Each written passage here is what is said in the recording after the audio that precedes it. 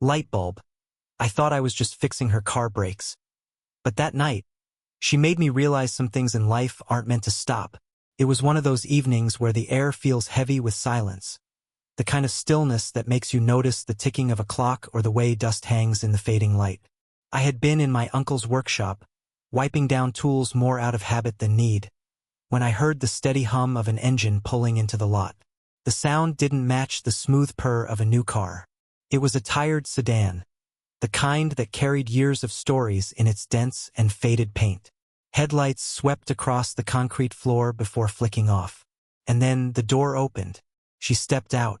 I'd never seen her before, but there was something striking about the way she carried herself. She wasn't flustered like most people coming in with car trouble.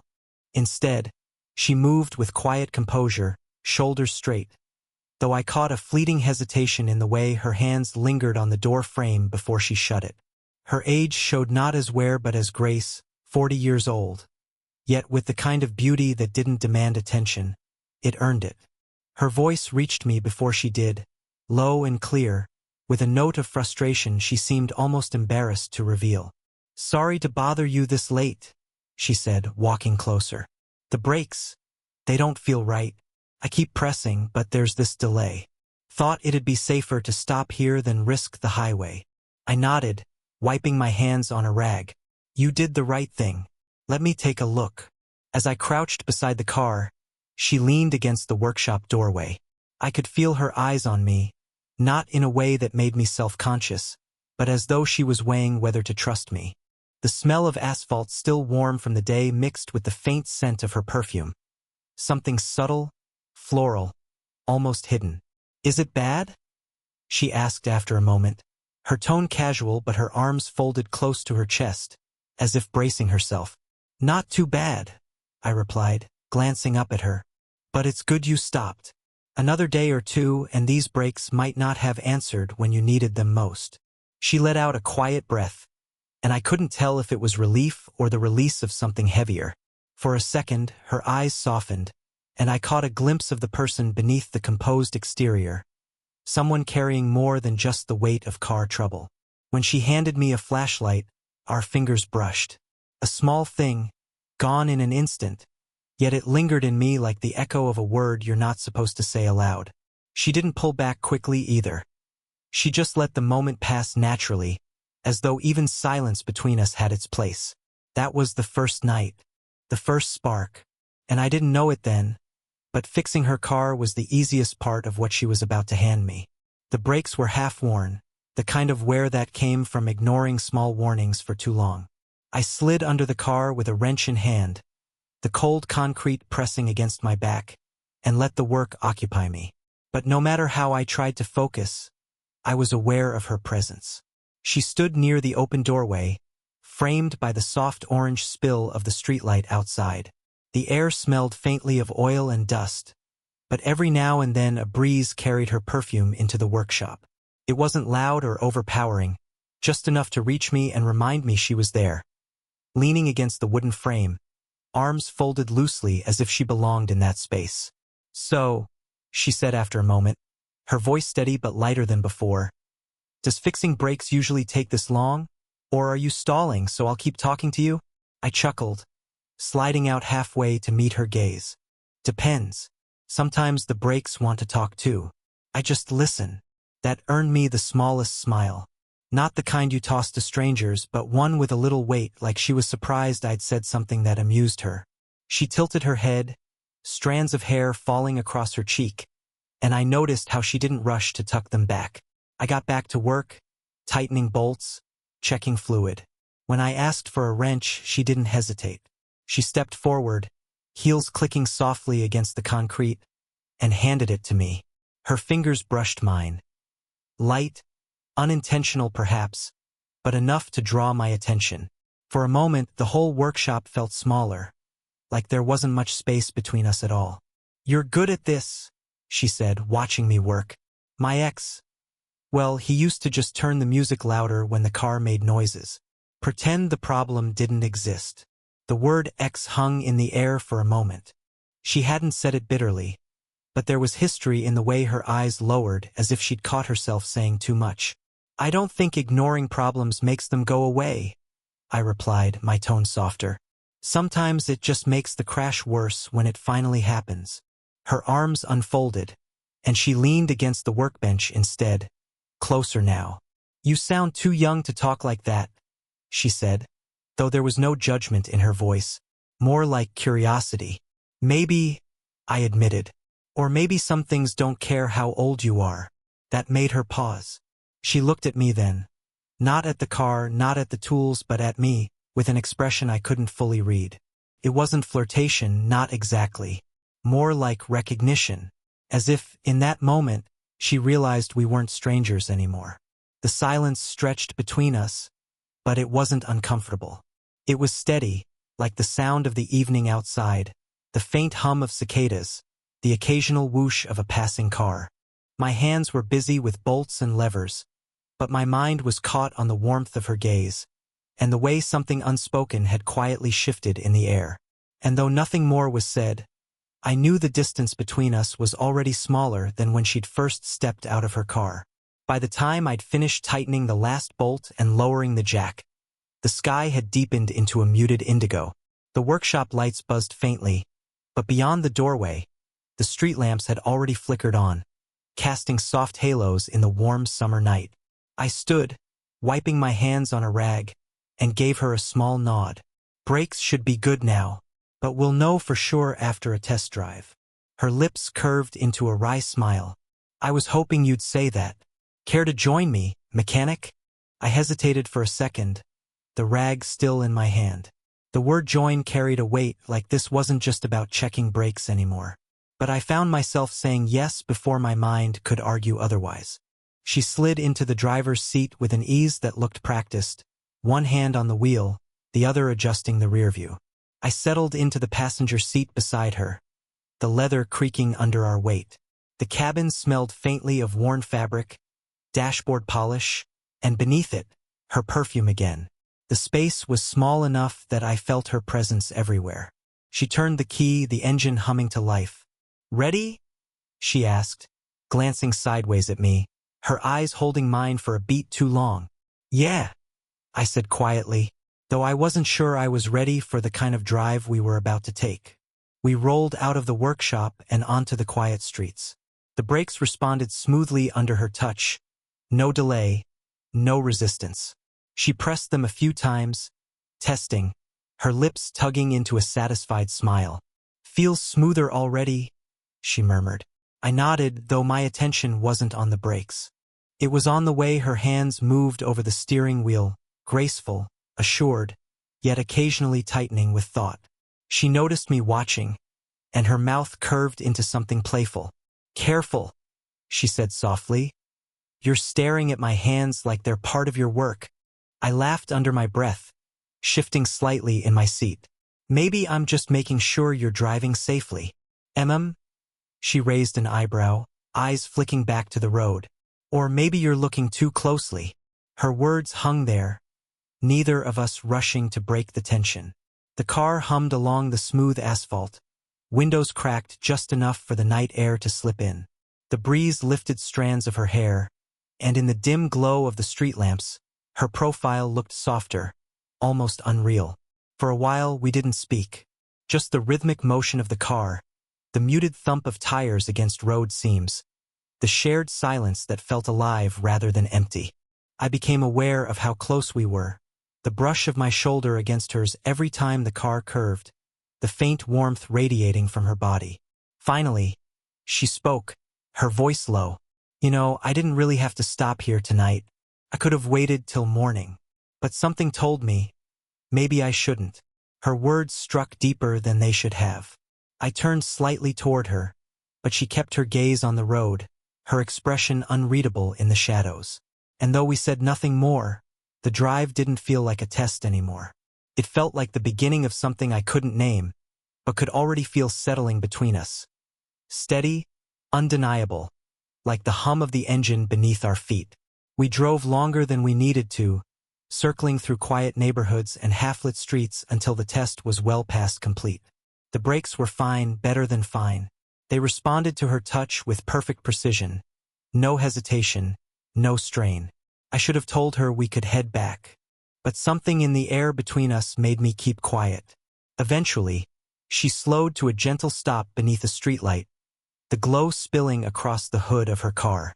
The dashboard lights painted her face in soft amber, casting shadows that made her look both mysterious and heartbreakingly real. Cleared my throat. Well, you're good. Brakes are solid. You don't have to worry anymore. For a second, it seemed like she'd nod, thank me and drive me back. But instead, she leaned back against her seat, eyes forward, lips curving with something like amusement. Her fingers tapped lightly against the gearshift before resting there, close enough that I could feel the faint warmth of her hand radiating toward mine. Then she said it, quiet but steady. Maybe the brakes are fixed, but we shouldn't stop yet. I froze, her words hanging between us heavier than anything we'd said all night. My heart kicked against my ribs, not because of the car, but because of her tone, half teasing, half something deeper. What do you mean? I asked, my voice softer than I intended. She finally turned to look at me. Her gaze wasn't playful now. It was searching, thoughtful, as though she were weighing how much to reveal. I mean, sometimes you don't fix something just to stop moving. Sometimes you fix it so you can keep going.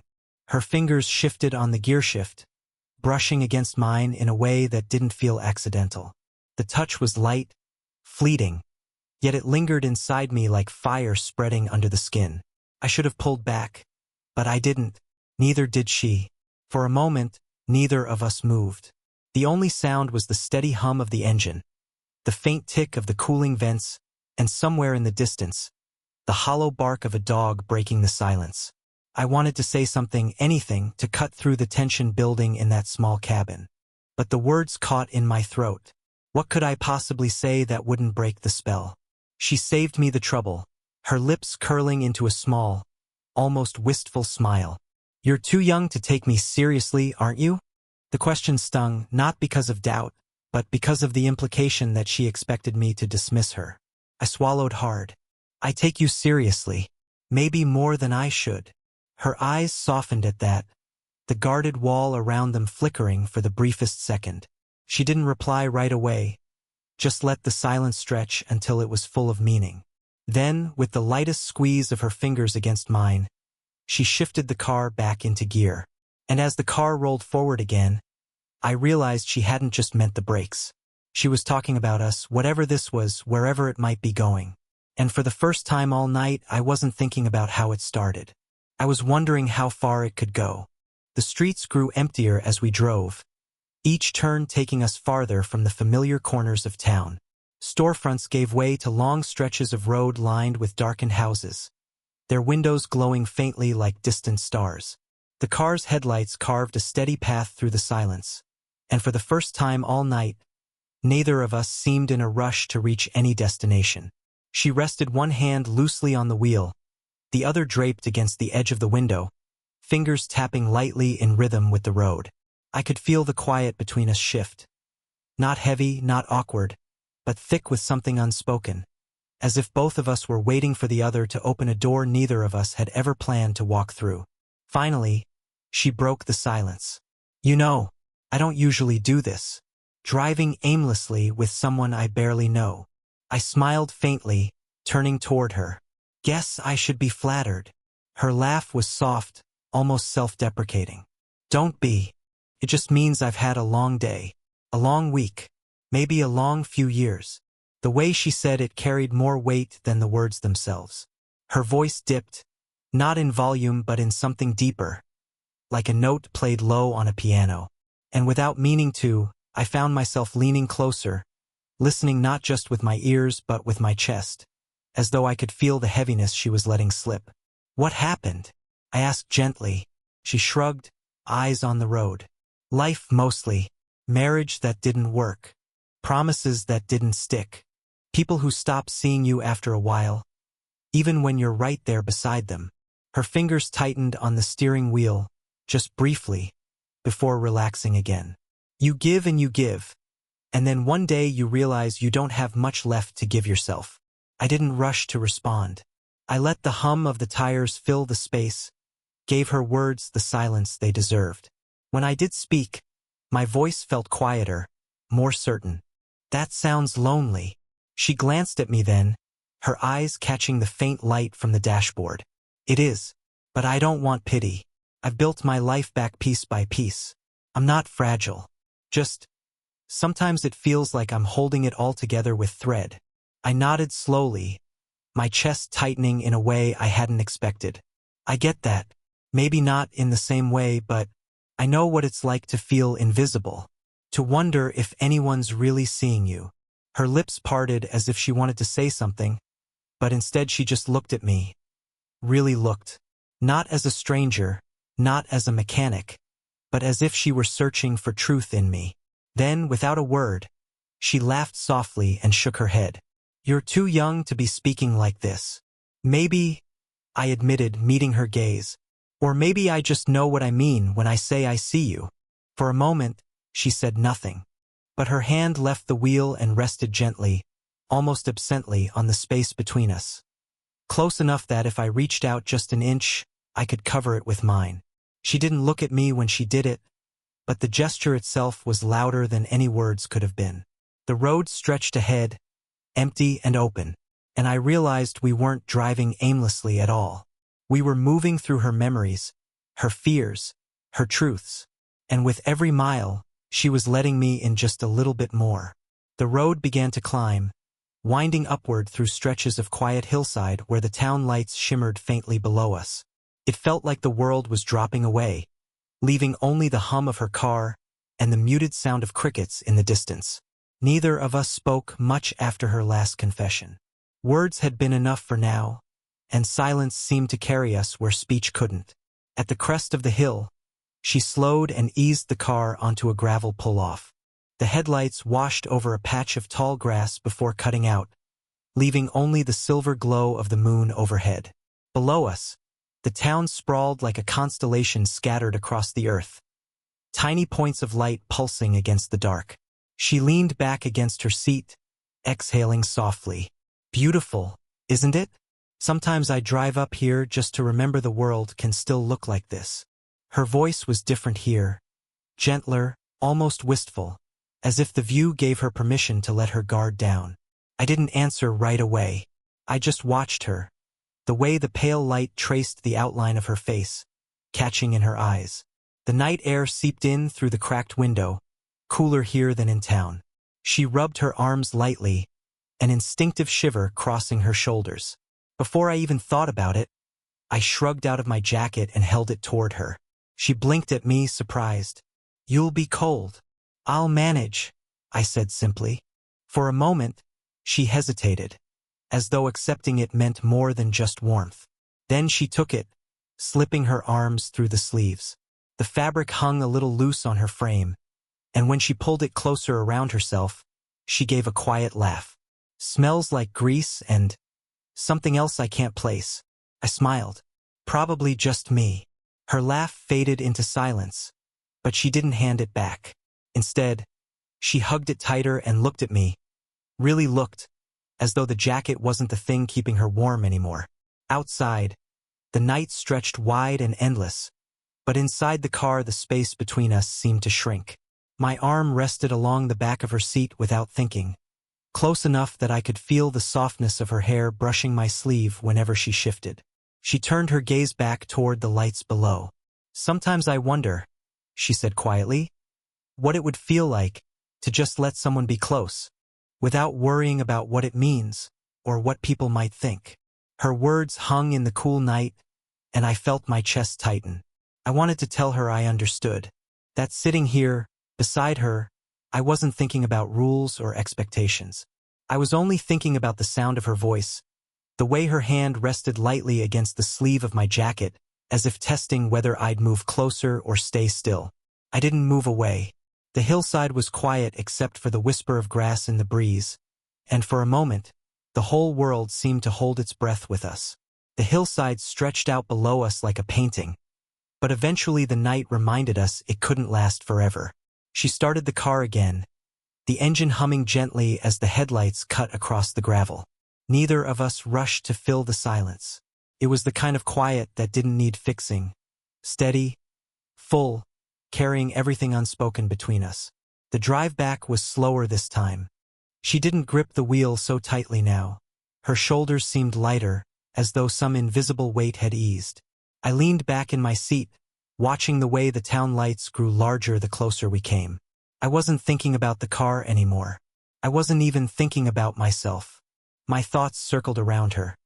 The jacket still around her shoulders, the softness in her voice, the way she'd looked at me on that hillside as though she hadn't expected me to stay, but was glad I did. We pulled on to familiar streets again, the workshop just a few blocks away. She slowed at a stop sign, the light from the overhead lamp spilling across her face. For the first time all evening, she looked content. Not exuberant, not overly happy, just quietly at peace, as if the drive had stitched something inside her back together. When she finally eased the car to a stop outside my place, the engine ticked softly in the cooling night air. Neither of us moved right away. I turned toward her, about to say thank you, for the ride, for the honesty, for letting me see the parts of her most people never did. But before I could speak, she reached out. Her hand found mine, warm and steady, resting on the space between us. She didn't grip tightly. She didn't have to. The gentle weight of her palm over mine was enough to send every word I'd been about to say scattering from my head. "Thank you," she said softly. Her voice carried more than just gratitude. It held relief, trust, something that bordered on tenderness. Not just for fixing the brakes, for listening. For not making me feel small when I told you the truth. I swallowed, my throat tight. "You're not small. Not to me." For a heartbeat, neither of us looked away. The car was quiet, save for the faint ticking of the engine and the muffled chirp of crickets outside. She gave my hand the slightest squeeze, then let go, as if reminding me that everything had its time. But before she shifted back into drive, her eyes lingered on mine with a softness that promised this wasn't the end. "Good night," she whispered, though it felt less like a goodbye and more like a beginning. I stepped out, the cool air brushing against me as she pulled away. Her taillights faded into the distance, glowing like two small embers swallowed by the dark.